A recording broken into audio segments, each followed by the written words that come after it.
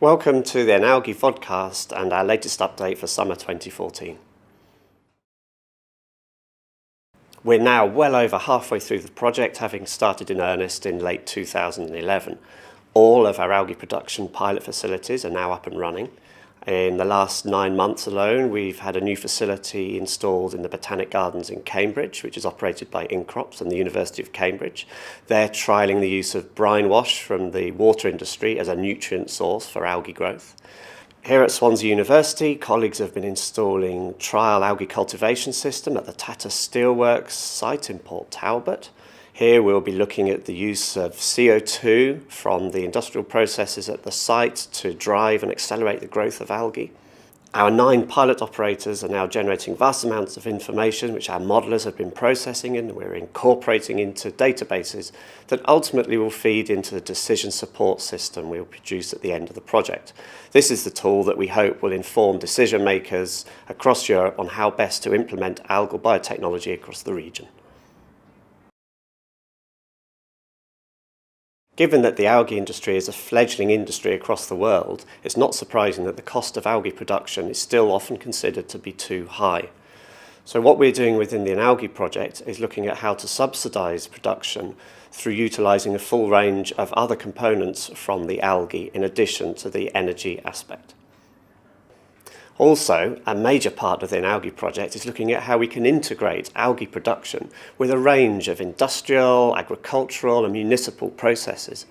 So we've got several examples of pilot sites that are successfully taking waste sources from agriculture and industry and using those to drive the growth of algae, to partly lower costs, but also to provide longer-term sustainability benefits. So what we're doing now is looking at the full life cycle costs of such an approach to seeing if we can optimise the techniques and drive them out across Northwest Europe. There have been plenty of engagements keeping us busy over the last 12 months.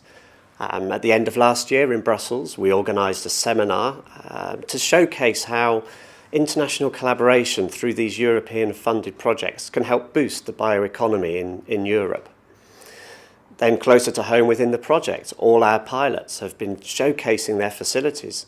A notable event that we're particularly proud of is our involvement in the Strangford Lough Maritime Festival, which we sponsored in 2013 and again this year in 2014. And there's a wonderful opportunity there for the pilots to show to the people on the ground exactly how we grow algae, how algae are used, and the benefits that an algae industry could bring to their region.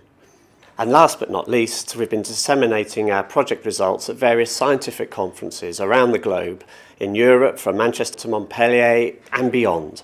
And there's plenty more of that in the pipeline over the next 12 months, so a lot is going on. We're moving into the final stage of the project at the moment, so over the next 12 months we expect a lot of information to become available.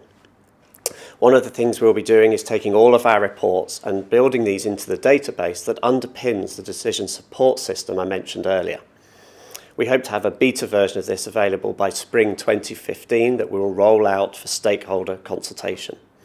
And of course, all of our reports will be going onto our website, where you can find out more information about the EnAlgae project and the progress that we are making. There's also an opportunity to sign up to the newsletter there if you'd like to be kept informed. So thank you very much for listening, and until next time, take care. Goodbye.